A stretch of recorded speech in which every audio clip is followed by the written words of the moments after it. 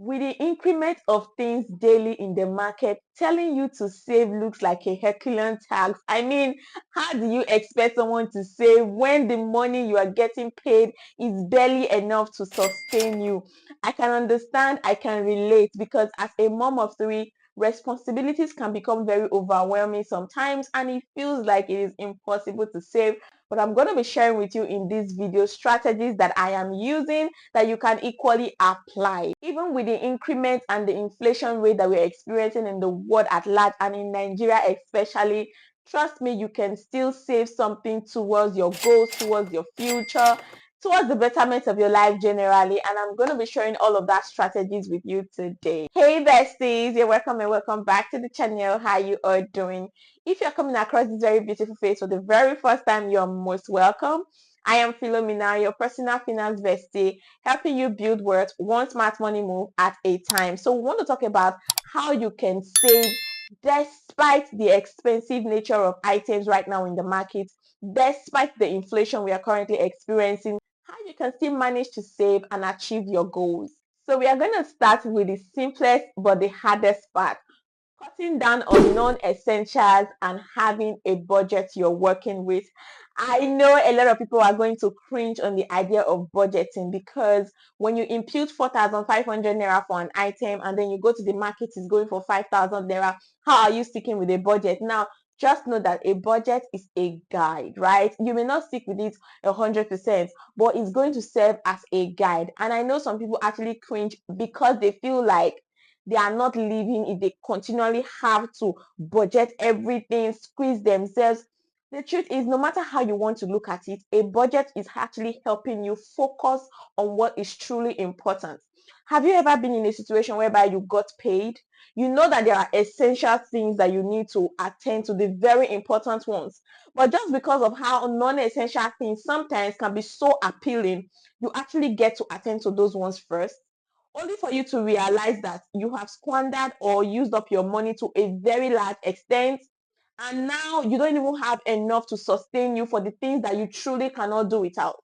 And so you have to resort to maybe borrowing, be able to live before you get the next paycheck. That is what happens when you do not have a budget. Trust me, when you get paid, there can be this dopamine rush. And if you really have a budget you're sticking with, you'll be able to go over it again and say, okay, maybe this thing I can actually, keep it aside. This other thing I can keep it aside. But if you don't have something you're working with, chances are you are going to buy those things that you could actually live without, only for you to realize that you have used up your money to a very large extent. How do you now live for the rest of the month or for the rest of the days before you get your next paycheck? You have to resort to borrowing. What that means is that you're already eating into your next paycheck.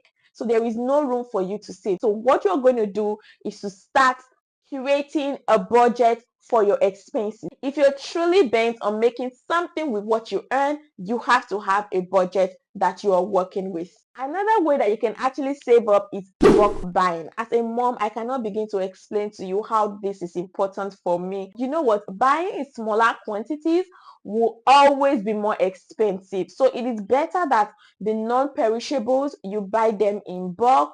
That way you are saving money, and not just buy them in bulk, buy them from main markets, from wholesalers, places you know that you can actually get these things cheaper.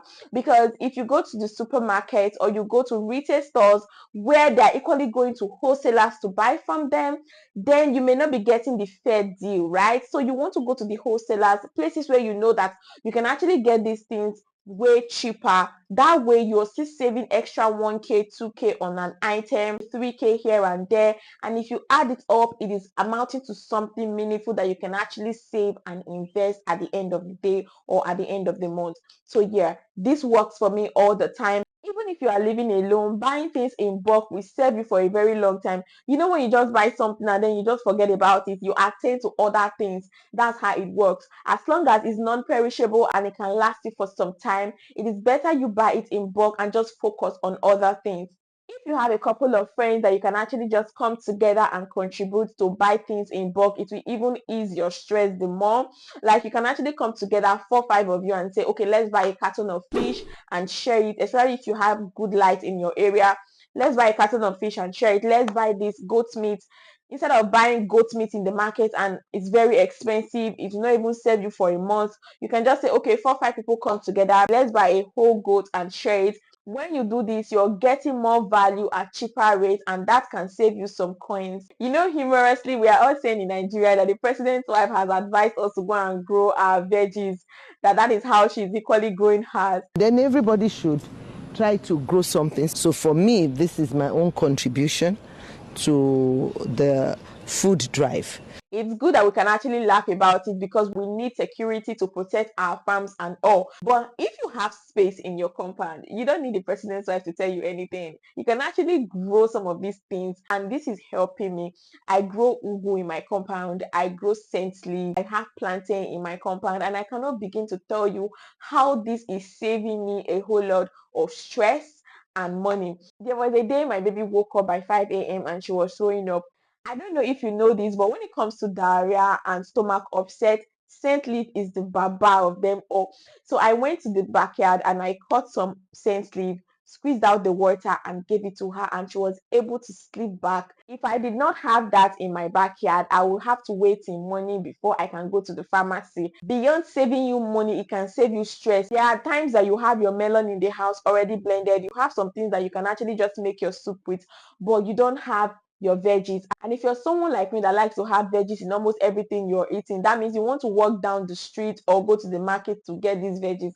But if you have them, in your compound, you can just cut it, have your meal prepared, and that will save you stress as well. Imagine saving 2,000 naira from veggies every week. In a month, that's already 8,000 naira that you have saved. So growing something of your own, if you have the space to do that, can actually save you some coins. Another way you can actually save money in this economy is to automate your savings. One thing people do is that they spend first before they save. The rule is to save before you spend.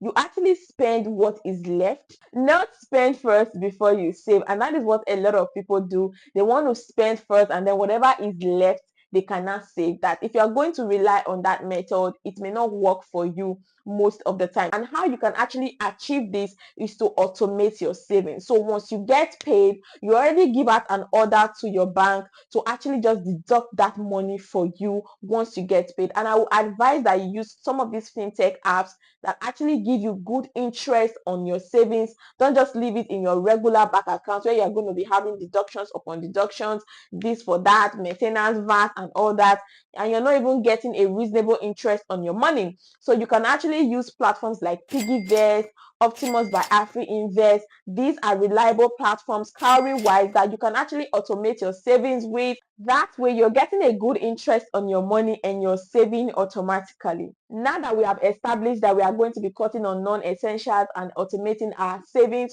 you don't just want to save, you want to invest and diversify. Yes, give your savings an assignment. Let it bring more fruit for you. Don't just keep it in that account and say, oh, it's yielding 8%, it's yielding 10% per annum.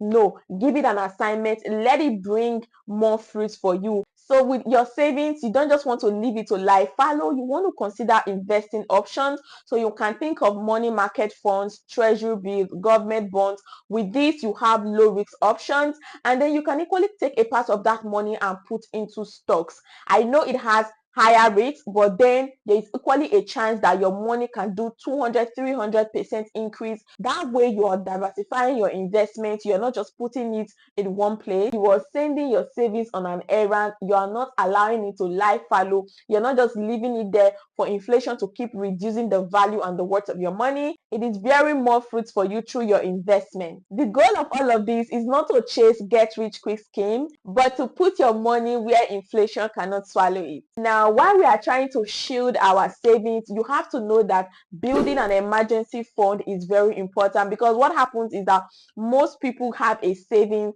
and then when they have an emergency, they quickly run to that savings. No, you have to have a separate account for your emergencies, so that when things like that come up, you're not running to your savings. Your savings is supposed to bring in more fruits for you and gradually help you build wealth. It is not just to attend to an emergency when it comes. That's why you have to have an emergency fund that attends to things like that. You can even start with as low as 5,000 naira and just be stacking it there little by little. And I will equally advise you can use your money market mutual fund. That way, it is yielding a substantial interest on it as well, and it can serve you for your emergencies. And now, while we are doing all of this, don't forget to always review and rebalance. One thing people do is that when they start maybe a month or two, they default, they just feel discouraged and say, oh, this thing is not for me. Oh, this thing is not for me. I think I'll just go back to default. No, even if you miss it sometimes, you have to go back again and start. The truth is, something that you're not already used to is not just going to be easy for you to maintain.